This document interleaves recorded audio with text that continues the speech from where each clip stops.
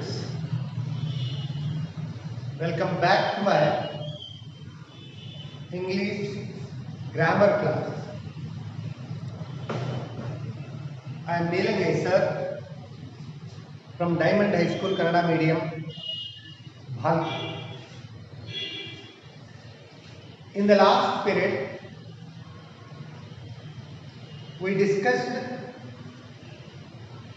we learned about figures of a speech. Figures of speech, it means it is a figurative language.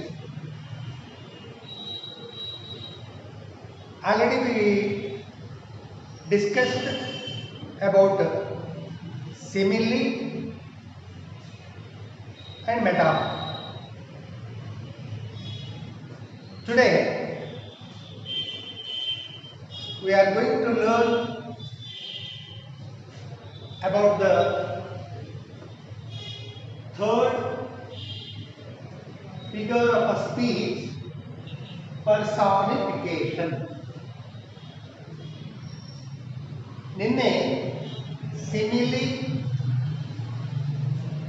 ಮತ್ತೆ metaphor ಬಗ್ಗೆ ತಿಳ್ಕೊಂಡಾಗಿದೆ. ಇವತ್ತು ಮೂರನೇ ಅಲಂಕಾರ personification. How can we identify the personification is used in a particular sentence? ಹೇಗೆ ಗೊತ್ತು ಮಾಡಬೇಕು? ಇಂತಹ ಒಂದು ವಾಕ್ಯದಲ್ಲಿ ಬಳಸಿರ್ತಕ್ಕಂಥ ಅಲಂಕಾರ ಪರ್ಸಾನಿಫಿಕೇಶನ್ ಆಗಿದೆ ಅಂತ ಹೇಗೆ ನಾವು ಅದನ್ನು ಗುರುತಿಸಬೇಕು? In personification inanimate objects or things.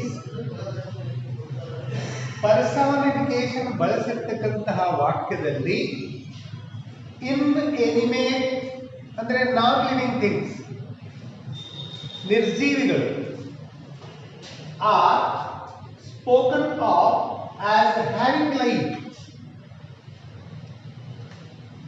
ಅವುಗಳು ಸಜೀವಿಯಂತೆ ವರ್ತಿಸ್ತಾ ಇವೆ. Non living things act like living things. ನಿರ್ಜೀವಿಗಳು ಸಜೀವಿಗಳಂತೆ ತೋರಿಸಿಕೊಡ್ತಕ್ಕಂತಹ ವಾಕ್ಯ. ನಿರ್ಜೀವಿಯನ್ನು ಸಜೀವಿಯಂತೆ ತೋರಿಸಿಕೊಡುವ ವಾಕ್ಯಗಳಲ್ಲಿ ಬಳಸಿರುವ ಅಲಂಕಾರ ಅದು ಪರ್ಸೋನಿಫಿಕೇಶನ್ ಆಗಿರುತ್ತದೆ. ಇದನ್ನ ನಾವು ನೆನ್ಪಿಟ್ಕೊಳ್ಳಿ. ಪರ್ಸೋನಿಫಿಕೇಶನ್ ಗುರುತು ಮಾಡಬೇಕು ಅಂದ್ರೆ ಉದಾಹರಣೆಯನ್ನು ಓದಬೇಕು, ಅದರ ಅರ್ಥವನ್ನು ತೆಗಿಬೇಕು. ಅರ್ಥದಲ್ಲಿ ನಮ್ಗೆ ಗುರುತಾಗುತ್ತೆ. ಸಿಮಿಲಿಯಲ್ಲಿ ಏನು ಗುರುತು ಮಾಡಿವಿ? ಎರಡು ಬೇರೆ ಬೇರೆ comparison is made between two different objects by introducing as like so. As like so ಈ ಪದಗಳ ಮೂಲಕ ಎರಡು ಬೇರೆ ಬೇರೆ ವಸ್ತುಗಳಲ್ಲಿ ಹೊಂದಾಣಿಕೆಯನ್ನು ಮಾಡಿದ್ರೆ ಅದು ಸಿಮಿಲಿ ಅಂತ ಗುರುತು ಮಾಡಿವಿ. ಮೆಟಾಫರ್ನಲ್ಲಿ ಇನ್ ಮೆಟಾಫರ್ ಅಲ್ಲಿನೂ ಕೂಡ comparison is made between two different objects but without introducing preposition like so as. ಹೊಂದಾಣಿಕೆ ಇದೆ, ಆದರೆ ಆಸ್ ಲೈಕ್ ಸೋ ಪದಗಳನ್ನು ಬಳಸದೆ the comparison is made between two different objects directly without introducing as like so.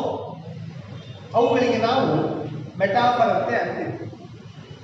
ಮೂರನೇದು personification ಅಂದ್ರೆ ದಿನನಿತ್ಯದ ಬಳಕೆಯಲ್ಲಿ ಅಥವಾ ಹೆಚ್ಚಾಗಿ ಬಳಕೆ ಆಗ್ತಕ್ಕಂಥದ್ದು.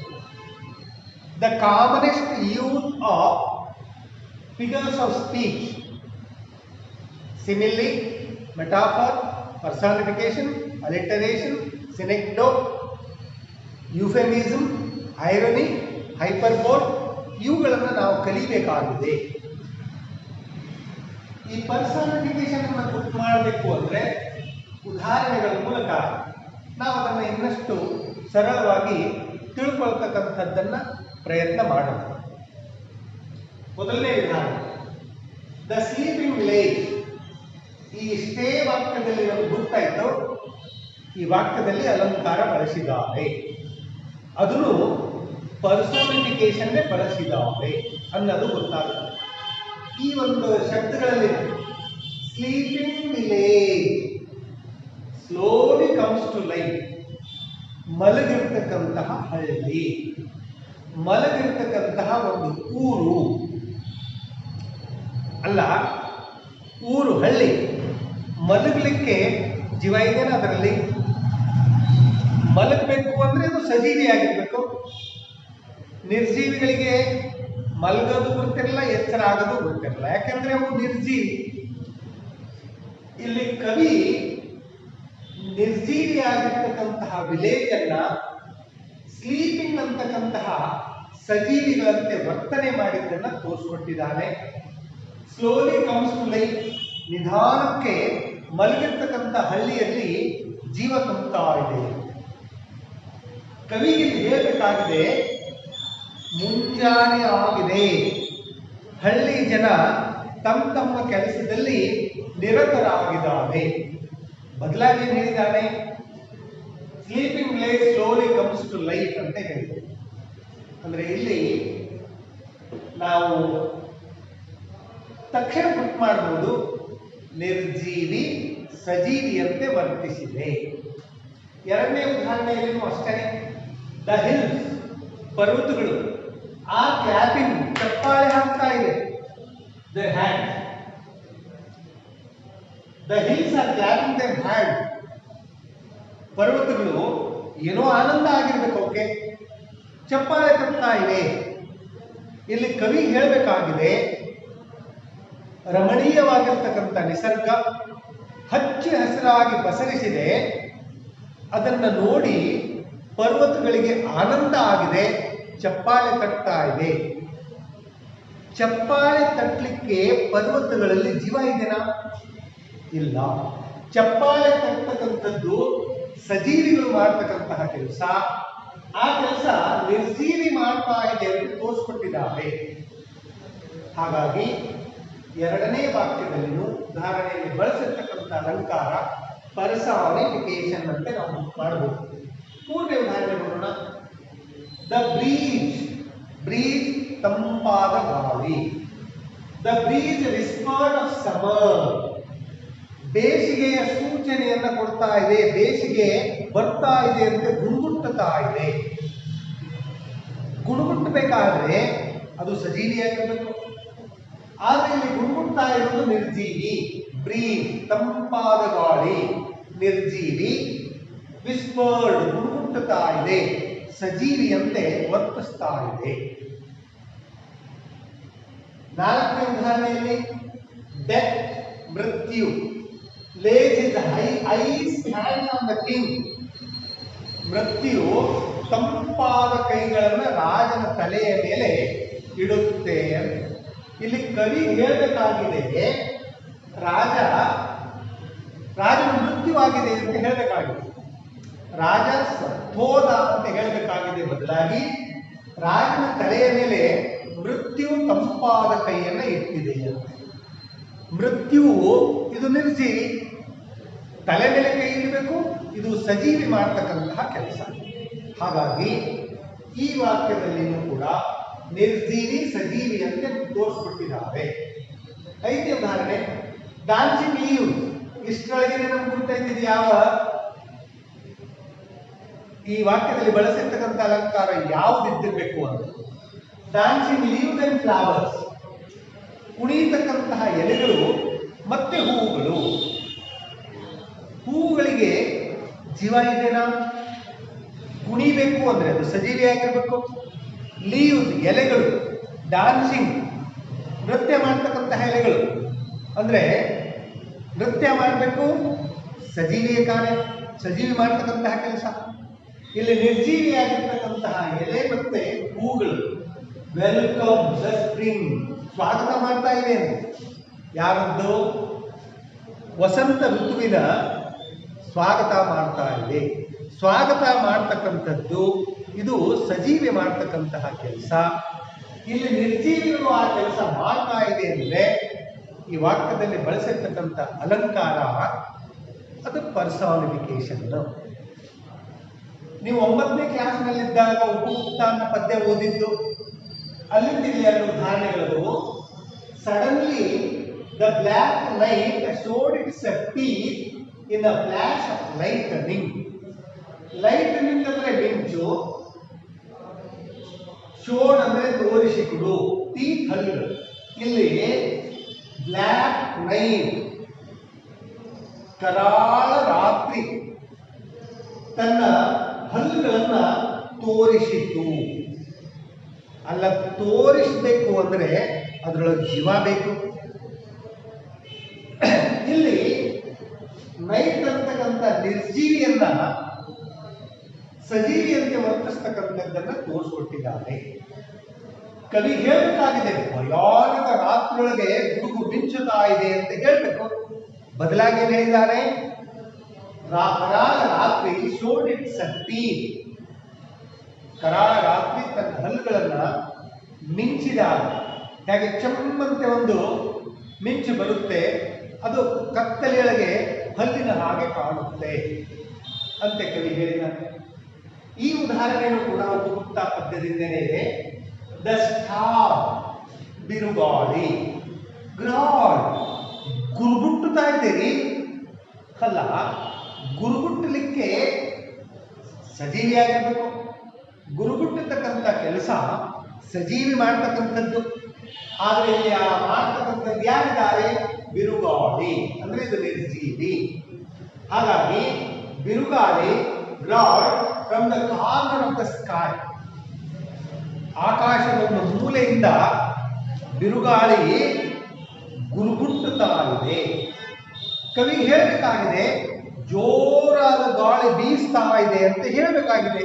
ಆದರೆ ಅದಕ್ಕೊಂದು ಸ್ವಲ್ಪ ಫಿಗರೇಟಿವ್ ಲ್ಯಾಂಗ್ವೇಜ್ ನಲ್ಲಿ ಅದನ್ನು ಪರಿವರ್ತನೆ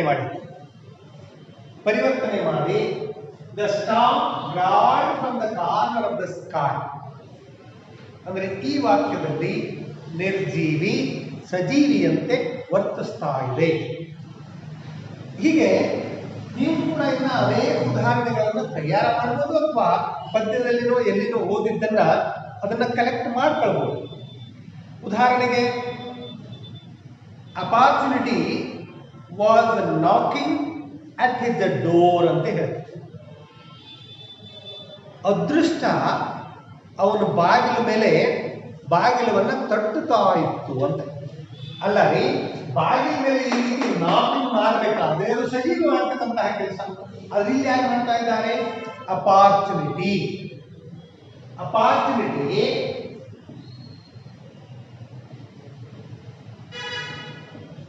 was knocking at his door. ಅದೃಷ್ಟ ಅನ್ನಲು ಆತನ ಬಾಗಿಲ ಮೇಲೆ ಬಾಗಿಲನ್ನು ತಟ್ಟುತ್ತಾ ಇತ್ತು ಅಂತ. ಈ ರೀತಿಯಾಗಿ ನೀವು ಅನೇಕ ಉದಾಹರಣೆಗಳನ್ನ ಕಲೆಕ್ಟ್ ಮಾಡಬಹುದು. ಇನ್ನ ಮುಂದಿನ ಅಲಂಕಾರಕ್ಕೆ ಹೋಗೋಣ. ಅಲಿಟರೇಷನ್. ಸರಿ, 4ನೇದು ಅಲಿಟರೇಷನ್. ಪರ್ಸೋನಿಫಿಕೇಶನ್ ನಂತರ 4ನೇ ಅಲಂಕಾರ. 4 figures of speech. The commonest figure of speech, alliteration. ಒಂದು ವಾಕ್ಯದಲ್ಲಿ ಅಲಿಟರೇಷನ್ ಬಳಸಿದವರಿಗೆ ಅದನ್ನು ಹೇಗೆ ಗುರ್ತು ಮಾಡಬೇಕು? How can we identify the figure of speech alliteration is used in a particular sentence? ಒಂದು ವಾಕ್ಯ ಇದೆ, ಅಲ್ಲಿ ಅಲಿಟರೇಷನ್ ಬಳಸಿದ್ದಾರೆ, ಹೆಂಗೆ ಗುರ್ತು ಮಾಡಬೇಕು? ಇನ್ an ಅಲಿಟರೇಷನ್ ಅನ್ನೋ ಅಲಂಕಾರದೊಳಗೆ similar sounds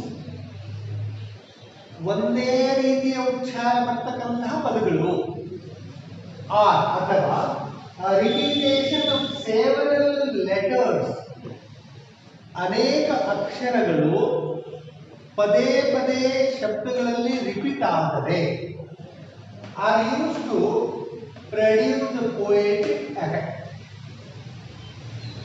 figurative language effective ಮಾಡಬೇಕು ಅಂದ್ರೆ ಒಂದು ಅಕ್ಷರದ ಪ್ರಾರಂಭದಲ್ಲಿ ಅಥವಾ ಕೊನೆಯಲ್ಲಿ ಅದೇ ಅಕ್ಷರವನ್ನ ಬರ್ತಕ್ಕಂತಹ ಪದಗಳನ್ನೇ ಜೋಡಿಸಿಕೊಂಡು ಒಂದು ವಾಕ್ಯ ರಚನೆಯನ್ನ ಮಾಡಿದ್ದೇ ಆದರೆ ಅದನ್ನ ಸರಳವಾಗಿ ತಿಳ್ಕೊಳ್ಬೇಕು ಅಂದ್ರೆ ಅನೇಕ ರೈಮಿಂಗ್ ಗಳನ್ನು ಬಳಸಿ ರಚಿಸಿರುವ ವಾಕ್ಯಗಳು. ರೈಮಿಂಗ್ ವರ್ಡ್ಸ್ ಅಂದ್ರೆ ಕೊನೆಯಲ್ಲಿ ಅಥವಾ ಪ್ರಾರಂಭದಲ್ಲಿ ಒಂದೇ ರೀತಿಯ ಉಚ್ಚಾರ ಬರ್ತಾ ಇದೆ. ಈ ಒಂದು ಡೆಫಿನೇಷನ್ ಅನ್ನ ಸ್ಪಷ್ಟವಾಗಿ ನಾವು ಅರ್ಥ ಮಾಡ್ಕೊಳ್ಬೇಕು ಅಂದ್ರೆ ಸ್ವಲ್ಪ ಉದಾಹರಣೆ ನೋಡಿದಾಗ ನೇರವಾಗಿ ನಮಗೆ ಅಲಿಟರೇಷನ್ ಗುರ್ತು ಮಾಡಲಿಕ್ಕೆ ಸಾಧ್ಯ ಆಗುತ್ತೆ. One thing we need to remember it. ನಾವು ನೆನಪಿಟ್ಕೊಳ್ಳೇಬೇಕು ಒಂದು ವಿಷಯ, ಯಾವ ವಾಕ್ಯದಲ್ಲಿ ಅಲಿಟರೇಷನ್ ಬಳಸಿದ್ದಾರೆ ಆ ವಾಕ್ಯ ಕೊಡತಕ್ಕಂಥ ಅರ್ಥ ನಮಗೆ ಅವಶ್ಯಕತೆ ಇರಲಿಲ್ಲ. ಅದು ಯಾವ ಅರ್ಥನೂ ಕೊಡ್ಬೋದು, ಮೀನಿಂಗಕ್ಕೆ ಇಲ್ಲಿ ಇಂಪಾರ್ಟೆನ್ಸ್ ಇಲ್ಲ. ಇಲ್ಲಿ ಇಂಪಾರ್ಟೆನ್ಸ್ ಇದ್ದಿದ್ದು ಬಳಸಿರ್ತಕ್ಕಂತಹ ವರ್ಡ್ಸ್ಗಳಿಗೆ. ನೋಡಿ, ಇಲ್ಲಿ ಒಂದನೇ ಉದಾಹರಣೆ ನೋಡೋಣ. Seema sings a song for 7 times. ಸ್ವಲ್ಪ ಆಶ್ಚರ್ಯ ಅನಿಸ್ತೈತೆ ನಮಗೆ. The first word begins with yes. Second word in the sentence also begins and ends with the same letter yes. Third word song also begins with the same word yes. For 7 also begins with the same word yes times. ಇಲ್ಲಿಗೂ ಕೂಡ ಕೊನೆಯಲ್ಲಿ S ಅನೇ ಬಂದಿದೆ. ನೋಡಿ, S ನಿಂದ ಪ್ರಾರಂಭ ಆಗಿದೆ, S ನಿಂದ ಪ್ರಾರಂಭ ಆಗಿದೆ, ಎಸ್ ನಿಂದ ಮುಗಿದಿದೆ, ಎಸ್ ನಿಂದ ಪ್ರಾರಂಭ ಆಗಿದೆ, ಎಸ್ ನಿಂದ ಪ್ರಾರಂಭ ಆಗಿದೆ, ಎಸ್ ನಿಂದ ಮುಗಿದಿದೆ. ಇಂತಹ ಎಸ್ ಅಥವಾ ಯಾವುದೇ ಪದ ಇರಬಹುದು, ಟಿ ಇರ್ಬೋದು, ಎನ್ ಇರ್ಬೋದು, ಎನ್ ಇರ್ಬೋದು, ಕಿ ಇರ್ಬೋದು, ಡಿ ಇರ್ಬೋದು. ಆ ಪದಗಳು ಕೊನೆಯಲ್ಲಿ ಅಥವಾ ಪ್ರಾರಂಭದಲ್ಲಿ ಬಂದಿರತಕ್ಕಂತಹ ಅನೇಕ ಪದಗಳನ್ನ ವಾಕ್ಯದಲ್ಲಿ ಬಳಸ್ಕೊಂಡಿವೆ ಅಂದ್ರೆ ಆ ವಾಕ್ಯದಲ್ಲಿ ಬಳಸಿರ್ತಕ್ಕಂಥ ಅಲಂಕಾರ ಅಲಿಟರೇಷನ್ ಆಗಿದೆ ಅಂತೆ ನಾವು ಹೇಳ್ಬೋದು. ಎರಡನೇ ಉದಾಹರಣೆ, she sells seashells on the sea shore. ನೋಡಿ, ಇಲ್ಲಿನೂ ಕೂಡ ಎಸ್ ಅನ್ನೋದು ಇಲ್ಲಿ ಎಸ್ ಇದೆ, ಇಲ್ಲಿನೂ ಎಸ್ ಇದೆ, ಇಲ್ಲಿನೂ ಎಸ್ ಇದೆ, ಇಲ್ಲಿನೂ ಎಸ್ ಇದೆ, ಇಲ್ಲಿನೂ ಎಸ್ ಇದೆ. ಅಂದ್ರೆ ಎಸ್ ನಿಂದಾನೇ ಪ್ರಾರಂಭ ಆಗ್ತಕ್ಕಂತಹ ಅನೇಕ ಪದಗಳನ್ನ ಇಲ್ಲಿ ಬಳಸಿಕೊಂಡು ಅರ್ಥಪೂರ್ಣ ವಾಕ್ಯ ತಯಾರು ಮಾಡಿದ್ದಿದೆ. ಹಾಗಾಗಿ ಇಲ್ಲಿನೂ ಕೂಡ ಬಳಸಿರ್ತಕ್ಕಂಥ ಅಲಂಕಾರ ಅಲಿಟರೇಷನ್ ಅನ್ನೋದನ್ನ ಗುರ್ತು ಮಾಡ್ತೀವಿ. ಮೂರನೇ ಉದಾಹರಣೆ, ಈ ಹ್ಯಾಡ್. ನೋಡಿ, ಇಲ್ಲಿ ಡಿ ಬಂದಿದೆ, ರೆಡ್ ಡಿ ಬಂದಿದೆ, ಡಾಗ್ ಡಿ ಬಂದಿದೆ, ಐ ಡಿ ಬಂದಿದೆ, ದ ಡಾಗ್ ಡಿ ನಿಂದ ಪ್ರಾರಂಭ ಆಗಿದೆ, ಡೈಡ್ ಡಿ ನಿಂದ ಪ್ರಾರಂಭ ಆಗಿದೆ, ಡಿ ನಿಂದಾನೇ ಮುಗಿದಿದೆ. ಆನ್ ಅ ಫೈನ್ ಡೇ ಇದನ್ನು ಕೂಡ ಡಿ ನಿಂದಾನೇ ಪ್ರಾರಂಭ ಆಗಿದೆ. ಅಂದ್ರೆ ಈ ವಾಕ್ಯದಲ್ಲಿ ಡಿ ಪದ ಪ್ರಾರಂಭಕ್ಕೂ ಕೊನೆಯಲ್ಲಿ ಬರ್ತಕ್ಕಂಥದ್ದು ಅನೇಕ ಬಳಸಿಕೊಂಡು ಅರ್ಥಪೂರ್ಣ ವಾಕ್ಯ ಮಾಡಿದ್ದಾರೆ.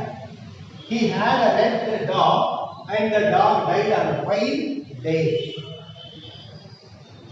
ಇಲ್ಲಿ ನೋಡಿ, my dad knew his duty. ಇಲ್ಲಿ ಎರಡೇ ಪದಗಳು. Dad begins with the D. Duties begins with the same word D. ಹಾಗಾಗಿ ಇಲ್ಲಿ my dad knew his duty ಅಂದ್ರೆ ರೈಮಿಂಗ್ ವರ್ಡ್ಸ್ ಲಯಬದ್ಧತೆ ಈ ಒಂದು ಪದಗಳಿಂದ ಎತ್ತಿ ಕಾಣುತ್ತೆ. ಹಾಗಾಗಿ ನಾಲ್ಕನೇ ಉದಾಹರಣೆಯಲ್ಲಿಯೂ ಕೂಡ ಬಳಸಿದ್ದು ಅಲಿಟರೇಷನ್. ಐದನೇ ಉದಾಹರಣೆ, the small step on the shiny sky. ಇಲ್ಲಿನೂ ಕೂಡ ಎಸ್ ನಿಂದಾನೇ ಪ್ರಾರಂಭ ಆಗ್ತಕ್ಕಂತಹ ಅಥವಾ ಮುಕ್ತಾಯ ಆಗ್ತಕ್ಕಂತಹ ಎಷ್ಟು ಪದಗಳನ್ನು ಬಳಸಿದ್ದಾರೆ? 1, 2, 3, 4. ಹಾಗಾಗಿ ಈ ವಾಕ್ಯದಲ್ಲಿ ಬಳಸಿರ್ತಕ್ಕಂಥ ಅಲಂಕಾರ ಅಲಿಟರೇಷನ್ ಅಂತೆ ಗುರುತು ಮಾಡಬಹುದು.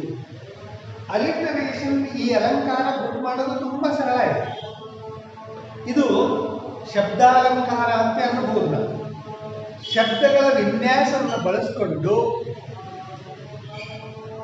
ನಾವು ಒಂದು ವಾಕ್ಯಕ್ಕೆ ಮೆರಗನ್ನು ಕೊಟ್ಟಿದ್ರೆ, ಅಲಂಕಾರ ಮಾಡಿದ್ರೆ ಅಲ್ಲಿ ಅಲಿಟರೇಷನ್ ಅಂತೆ ಗುರುತು ಮಾಡಬಹುದು. ಇಲ್ಲಿ you will, we and no why. ಈ ವಾಕ್ಯದಲ್ಲಿಯೂ ಕೂಡ ಡಬ್ಲ್ಯೂ ನಿಂದಾನೇ ಪ್ರಾರಂಭ ಆಗ್ತಕ್ಕಂಥದ್ದು ಮುಕ್ತಾಯ ಆಗ್ತಕ್ಕಂತಹ ಅನೇಕ ಪದಗಳನ್ನ ಬಳಸಿದ್ದಾರೆ. ಹಾಗಾಗಿ ನೀವು ಅಲಿಟರೇಷನ್ ಅಂತ ಎಲ್ಲೆಲ್ಲಿ ನಿಮಗೆ ಉದಾಹರಣೆ ಕಂಡು ಬರ್ತವೋ ಅವುಗಳನ್ನ ಬೇರೆ ಕಡೆಗೆ ಒಂದು ಪಟ್ಟಿ ಮಾಡಿಟ್ಕೊಳ್ಬೇಕು. ಸುಮಾರು 15-20 ವಾಕ್ಯಗಳನ್ನ ನೀವೇ ಸಂಗ್ರಹ ಮಾಡಿಟ್ಕೊಳ್ಬೇಕು. ಈಗ ಮುಂದಿನ ಅಲಂಕಾರ 5ನೇದು. ಇದರ ಉಚ್ಚಾರ ಹೇಗೆ ಬರುತ್ತೆ ನೋಡಿ. ಉಚ್ಚಾರದ ಮೇಲೆ ಸ್ವಲ್ಪ ಒತ್ತು ಕೊಡಿ. ಸಿನೆಕ್ ಡೋ ಉಚ್ಚಾರ ಬರೋದು ಸಿನೆಕ್ ಡೋ. ಇದಕ್ಕೆ ಇಲ್ಲಿ ಅಕ್ಷರಗಳನ್ನು ನೋಡ್ಕೊಂಡು ಉಚ್ಚಾರ ತೆಗಿಬಾರ್ದು. ಇದರ ಉಚ್ಚಾರ ಸಿನೆಕ್ ಡೋ. ಇದು ಒಂದು ರೀತಿಯ ಅಲಂಕಾರ. ಈ ವಾಕ್ಯದಲ್ಲಿ ಸಿನೆಕ್ ಡೋ ಬಳಸಿದ್ದಾರೆ ಅನ್ನೋದನ್ನ ಹೇಗೆ ಗುರುತು ಮಾಡ್ಕೊಳ್ಬೇಕು? How can we identify a figure of speech synecdoche is used in a particular sentence? ಅದನ್ನ ಹೇಗೆ ಗುರುತು ಮಾಡಬೇಕು? ಇಲ್ಲಿ ನೋಡಿ, ಇನ್ ದ ಸಿನೆಕ್ ಡೋ. ಸಿನೆಕ್ ಡೋ ಅನ್ನೋ ಒಂದು ಅಲಂಕಾರಕ್ಕೆ a part is used to designate the whole. ಇಲ್ಲಿ ಅಂಶಿಯಾಗಿ ಬಳಸಿದ್ದು. ಒಂದು ಅಂಶ ಬಳಸಬೇಕಾಗಿದೆ, ಬದಲಾಗಿ ಅದರ ಅಂಶಿಯನ್ನ ಬಳಸಿದ್ದಿರಬೇಕು. ಅಥವಾ the whole to designate a part. ಅಲ್ಲಿ ಬಳಸಬೇಕಾಗಿದ್ದು ಅಂಶಿಯಾಗಿದೆ, ಅಂಶವನ್ನ ಬಳಸಿದ್ದಾರೆ. ಅಂದ್ರೆ ಸರಳವಾಗಿ ನಾವು ತಿಳ್ಕೊಳ್ಬೇಕು ಅಂದ್ರೆ, ಅಂಶದ ಬದಲಾಗಿ ಅಂಶಿ ಬಳಸಿದಾಗ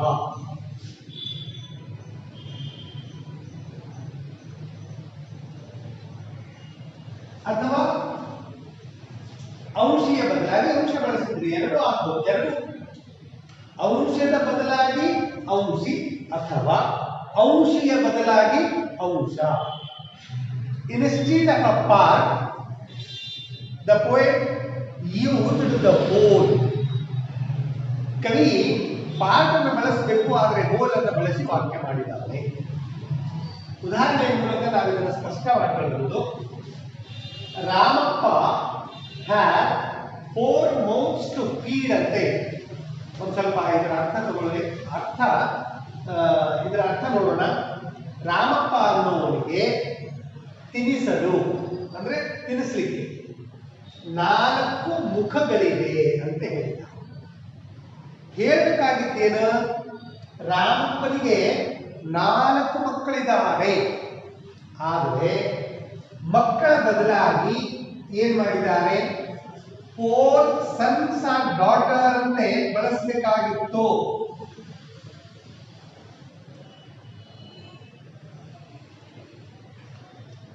ಅಲ್ಲಿ ಬಳಸಬೇಕಾಗಿದ್ದು Ramappa had 4 sons and daughters or children to feed. ತಿನ್ನಿಸೋದಕ್ಕೆ ಅವನಿಗೆ 4 ಮಕ್ಕಳಿದ್ದಾರೆ ಅಂತ ಹೇಳಬೇಕಾಗಿತ್ತು. ಆದರೆ ಅಲ್ಲಿ ಮಕ್ಕಳ ಬದಲಾಗಿ ಇದು ಶರೀರ, ಕೈ ಶರೀರದ ಒಂದು ಅಂಶ, ಬಾಯಿ ಶರೀರದ ಒಂದು ಅಂಶ. ಹಾಗಾಗಿ ಇಲ್ಲಿ 4 ಚಿಲ್ಡ್ರನ್ ಬಳಸೋದ್ರ ಬದಲಾಗಿ ಅವರ ಮುಖ, ಅವರ ಬಾಯಿ ಅಂದ್ರೆ ಅಂಶದ ಬದಲಾಗಿ ಅಂಶಿಯನ್ನು ಬಳಸಿದ್ದಾರೆ.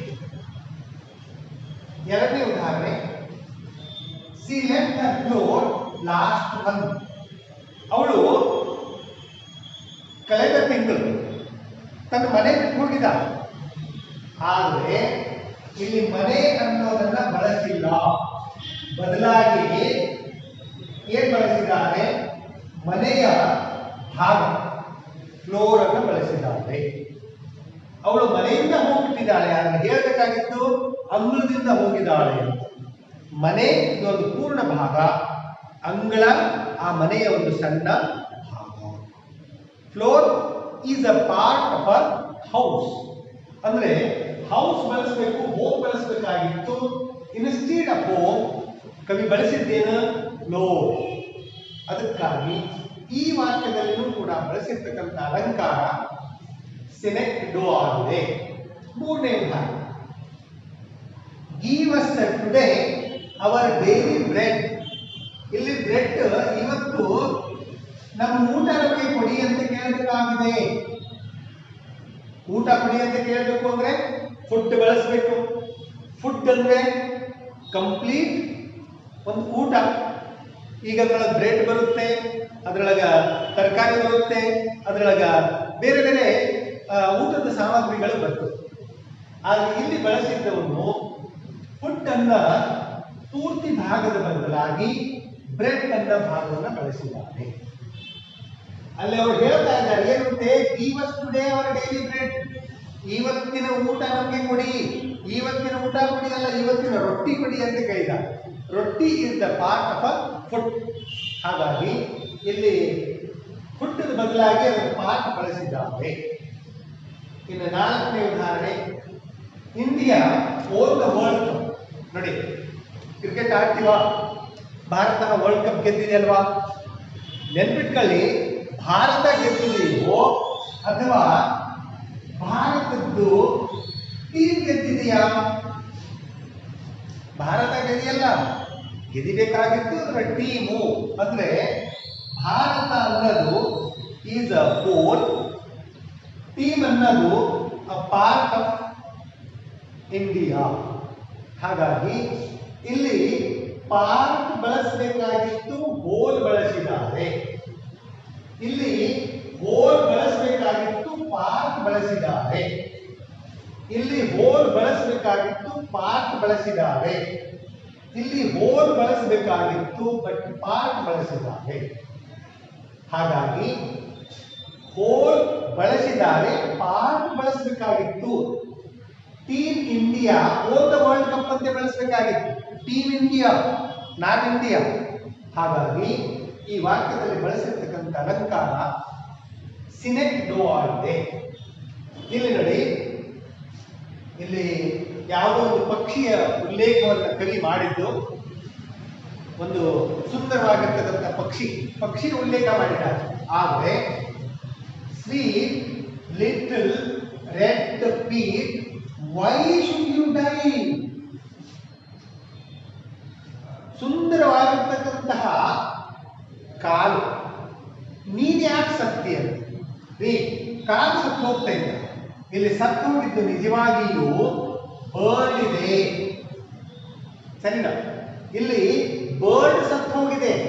ಆದರೆ ಕವಿ ಹೇಳ್ತಾ ಇರೋದು sweet little red beat why should you die ಅಂದ್ರೆ ಇಲ್ಲಿ ಬಳಸಬೇಕಾಗಿತ್ತು ಹೋಲ್, ಬರ್ಡ್ ಇದೊಂದು ಪೂರ್ತಿ ಭಾಗ. ಬರ್ಡ್ ಕಾಲು, ಅದರ feet are the part of a bird. ನೋಡಿ, ಕಾಲುಗಳು ಬರ್ಡ್ ಒಂದು ಭಾಗ ಇದೆ. ಹಾಗಾಗಿ ಹೋಲ್ ಬದಲಾಗಿ ಪಾರ್ಟ್ ಬಳಸಿದ್ದಕ್ಕೆ ಈ ವಾಕ್ಯದಲ್ಲಿ ಬಳಸಿರ್ತಕ್ಕಂಥ ಅಲಂಕಾರ ಸಿನೆಕ್ ಡೋ ಆಗಿದೆ ಅಂತೆ ನಾವು ಗೊತ್ತು ಮಾಡಬಹುದು. ಸರಿನಾ? ನೋಡಿ, ನಾವೇನ್ ನೆನ್ಪಿಟ್ಕೊಳ್ಬೇಕು, ಈ ಒಂದು ಡೆಫಿನಿಷನ್ ಅನ್ನ ನೆನ್ಪಿಟ್ಕೊಳ್ಬೇಕು. ವಾಕ್ಯ ನೋಡಿಕೊಂಡು ಅದರ ಅರ್ಥ ತೆಗಿಬೇಕು. ಹೊಂದಾಣಿಕೆ ಇದೆನಾ? ಸಿಮಿಲಿ ಇರಬೇಕು. ಹೊಂದಾಣಿಕೆಯಲ್ಲಿ ಆಬ್ಲೈಟ್ಸ್ ಬಳಸಿಲ್ಲ, ಮೆಟಾಫರು. ನಿರ್ಜೀವಿ ಸಜೀವಿಯಂತೆ ವರ್ತಿಸಿದೆ, ಪರ್ಸಾನಿಫಿಕೇಶನ್. ಆಮೇಲೆ ರೈಮಿಂಗ್ ವರ್ಡ್ಸ್ ಅನೇಕ ಬಳಸಿಕೊಂಡು ಒಂದು ಅರ್ಥಪೂರ್ಣ ವಾಕ್ಯ ಮಾಡಿದ್ದು, ಆ ಅರ್ಥಪೂರ್ಣ ವಾಕ್ಯದಲ್ಲಿ ಬಳಸಿರುವ ಅಲಂಕಾರ ಅಲಿಟರೇಷನ್. ಪಾರ್ಟ್ ಬದಲಾಗಿ ಹೋಲ್ ಬಳಸಿದ್ರೆ, ಹೋಲ್ ಬದಲಾಗಿ ಪಾರ್ಟ್ ಬಳಸಿದ್ರೆ ಅಲ್ಲಿ ಬಳಸಿರ್ತಕ್ಕಂಥ ಅಲಂಕಾರ ಸೆಲೆಕ್ಟ್ ಡೋ. ಹಾಗಾಗಿ ಅನೇಕ ಅಲಂಕಾರದ ಬಗ್ಗೆ ನಾವು ತಿಳ್ಕೊಂಡಿವಿ, ನೆನ್ಪಿಟ್ಕೊಳ್ಬೇಕು. Attention please. This question is to be allotted for 1 mark in your annual exam. ಆ 1 ಅಂಕ ಸರಳವಾಗಿ ನೀವು ಪಡ್ಕೊಳ್ಬಹುದು. ಈ ಒಂದು ಡೆಫಿನೇಷನ್ಗಳನ್ನ ನೆನ್ಪಿಟ್ಕೊಂಡು ವಾಕ್ಯದ ಅರ್ಥವನ್ನು ತೆಗೆದು ಅಲ್ಲಿ ಬಳಸಿರ್ತಕ್ಕಂಥ ನೇಚರ್ ನೆನ್ಪಿಟ್ಕೊಂಡ್ರೆ ಖಚಿತವಾಗಿ ನೀವು 1 ಅಂಕ ಆರಾಮಾಗಿ ಪಡ್ಕೊಳ್ತೀರಿ ಅಂತ ಹೇಳ್ತಾ ಇವತ್ತಿನ ಈ ಒಂದು ವ್ಯಾಕರಣ ಗ್ರಾಮರ್ ಕ್ಲಾಸ್ ಇಲ್ಲಿಗೆ ಮುಗಿಸ್ಬಿಡ್ತೀನಿ. ಇನ್ನು ಮುಂದಿನ ಪೀರಿಯಡ್ನಲ್ಲಿ ಲೆಸನ್ ನಂಬರ್ 1ಕ್ಕೆ ಹೋಗೋಣ. ತಾವೆಲ್ಲರೂ ಲೆಸನ್ ನಂಬರ್ 1 ಪುಸ್ತಕದಲ್ಲಿರ್ತಕ್ಕಂಥ ಟೆಕ್ಸ್ಟ್ ಬುಕ್ ಅನ್ನು ಕೈಯೊಳಗೆ ಇಟ್ಕೊಂಡು ಅದನ್ನು 1-2 ಸಲ ಓದ್ಕೊಳ್ಳಿ. ನಾನು ಹೇಳ್ತಾ ಇದ್ದಾಗ ನಿಮಗೆ ಅದನ್ನು ತಿಳ್ಕೊಳ್ಳಿಕ್ಕೆ, ಅಲ್ಲಿ ಕೇಳ್ತಕ್ಕಂಥ ಪ್ರಶ್ನೆಗಳಿಗೆ ಉತ್ತರ ಕೊಡಲಿಕ್ಕೆ ಒಂದು ಸ್ವಲ್ಪ ಸಹಾಯ ಆಗ್ತೈತಿ. ಹಾಗಾಗಿ ಈ ಒಂದು ಫಿಗರ್ಸ್ ಆಫ್ ಸ್ಪೀಚನ್ನು ಚೆನ್ನಾಗಿ ಅಧ್ಯಯನ ಮಾಡಿಕೊಂಡು ಅನೇಕ ವಾಕ್ಯಗಳನ್ನು ನೀವೇನೆ ಕಲೆಕ್ಟ್ ಮಾಡಿಕೊಂಡು ಫಸ್ಟ್ ಲೆಸನ್ನನ್ನು 1-2 ಸಲ ಓದ್ಬಿಡಿ ಅಂತ ಹೇಳ್ತಾ ಇಲ್ಲಿಗೆ ನನ್ನ ಕ್ಲಾಸನ್ನು ಮುಗಿಸ್ತೀನಿ. Thanks a lot.